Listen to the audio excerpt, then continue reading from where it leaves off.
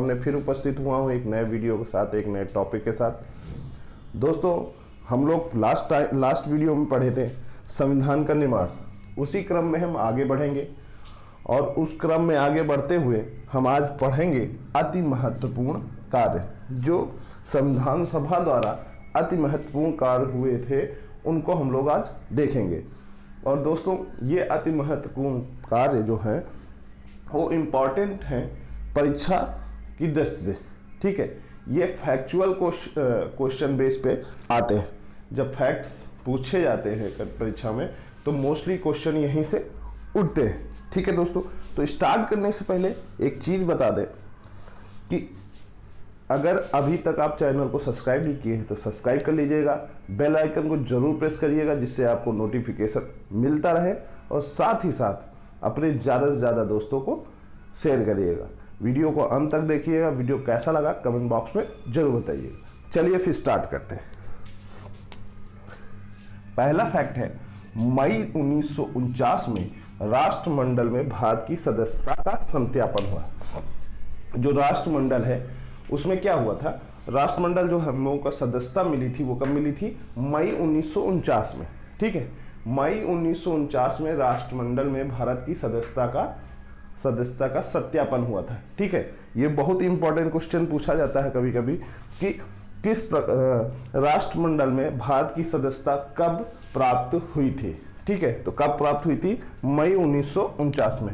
Option दे देंगे कई सन, उसमें ये ऑप्शन सही होगा। ठीक है, फिर नेक्स्ट क्वेश्चन पे आते हैं, नेक्स्ट फैक्ट पे। नेक्स्ट फैक्ट है 22 जुलाई 1947 को राष्ट्रीय ध्वज को अपनाया गया। राष्ट्रीय ध्वज को कब अपनाया गया है, 22 जुलाई 1947 को। ठीक दोस्तों, अब इसी में क्वेश्चन पूछते रहते हैं कि राष्ट्रीय ध्वज कब अपनाया गया। विभिन्न परीक्षाओं में विभिन्न तरीके से इस क्वेश्चन को पूछा जाता है।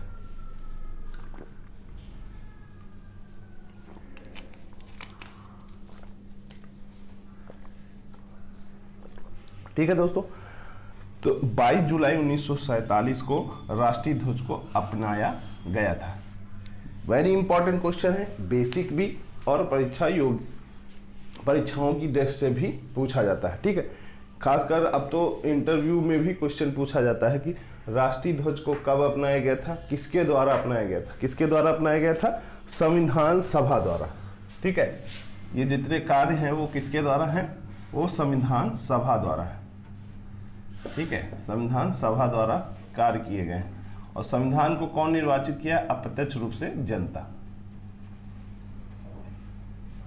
ठीक है, नेक्स्ट क्वेश्चन है, नेक्स्ट फैक्ट है 24 जनवरी 1950 को राष्ट्रीय गान को अपनाया गया था। 24 जनवरी 1950 को, यानी जब हम लोगों का संविधान लागू हुआ था वो कब लागू हुआ था, 26 जनवरी 1950 को।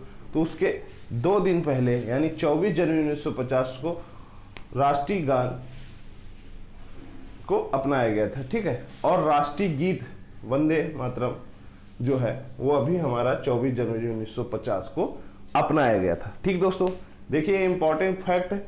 इंपॉर्टेंट फैक्ट परीक्षा योग्य दृष्टि से बहुत ही इंपॉर्टेंट होते हैं, इंटरव्यू में और अपनी पर्सनालिटी में भी इंपॉर्टेंट होते हैं। ठीक है, कि अपने देश के राष्ट्र संविधान के मुख्य तथ्य जो हैं उन्हें पता होना चाहिए सभी को। इसलिए कि हमारे राष्ट्रगीत कब अपनाया गया था, राष्ट्रगीत कौन सा होता है, राष्ट्रीय गान कब अपनाया गया था। ठीक है, ये सब फैक्ट पूछे जाते हैं।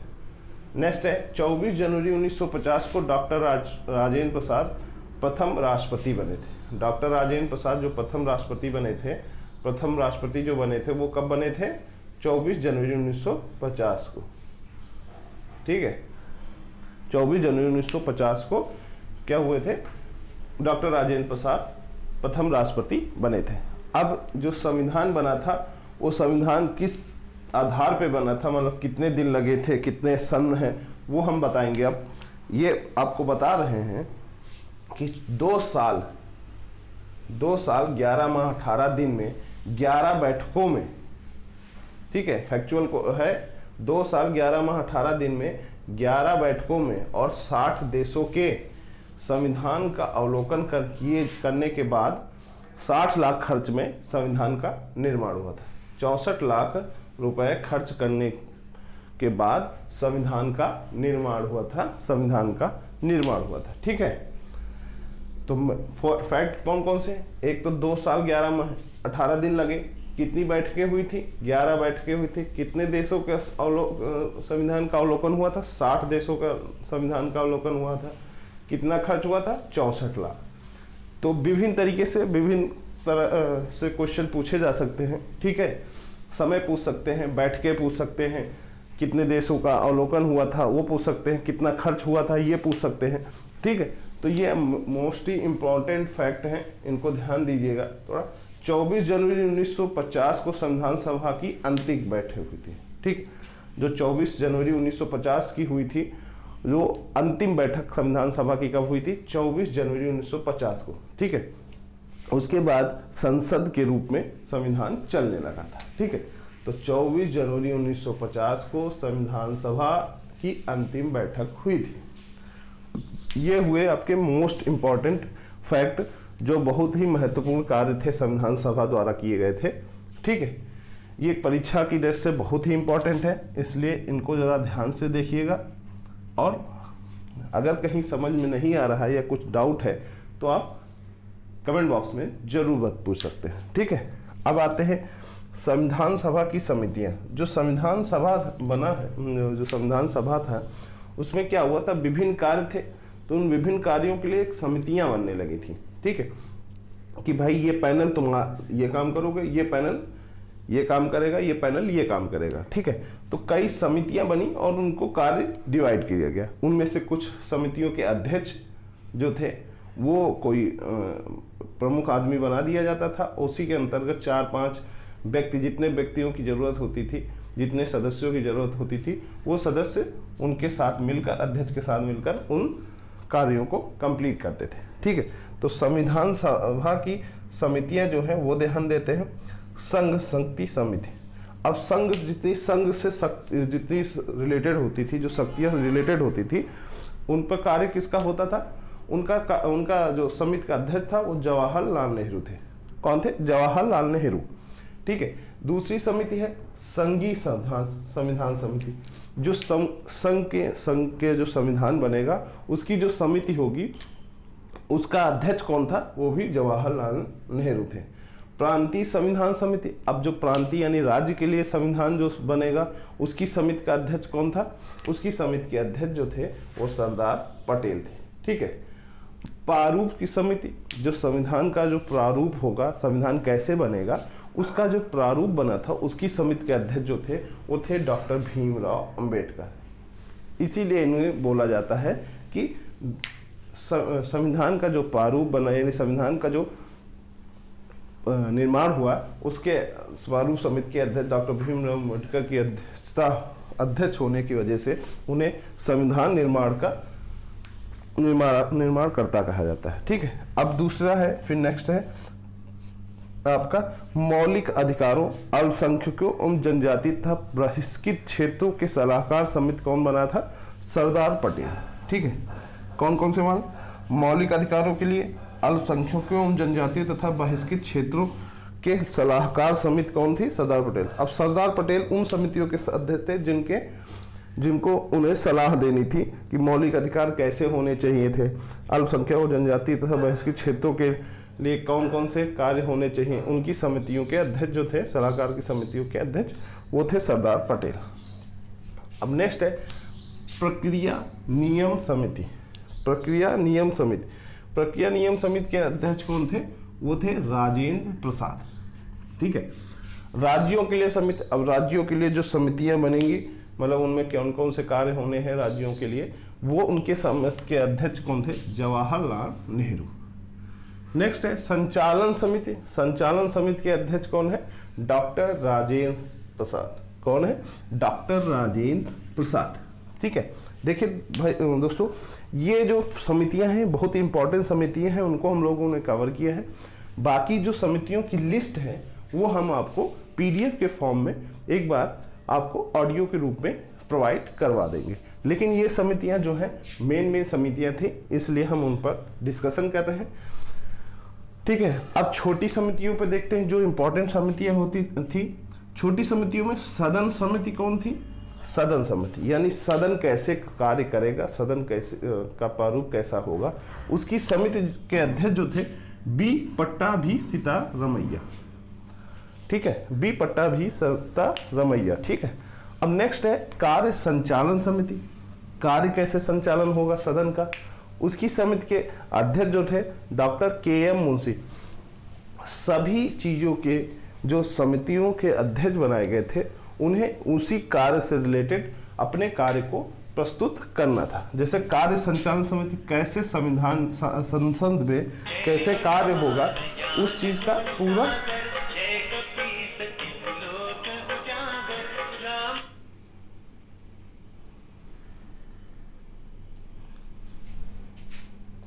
ठीक है, उसका कार्य संचालन समिति डॉक्टर के.एम. मुंशी के अध्यक्ष में हुआ था। डॉक्टर राष्ट्रध्वज संबंधी समिति डॉक्टर राजेंद्र प्रसाद। राष्ट्रध्वज संबंधी समिति डॉक्टर राजेंद्र प्रसाद थे। ठीक है, राष्ट्रध्वज के लिए। ठीक है, अब देखते हैं संविधान सभा के कार्यों के लिए समिति जो है जी.वी. मालवंकर थे। ठीक है, संविधान सभा के कार्यों के लिए समिति क्या थी? जी.वी. मालवंकर। ठीक है, इस तरह दोस्तों छोटी समितियां, बहुत इंपॉर्टेंट समितियां जो थी उनको हम लोग देख रहे हैं। ठीक है,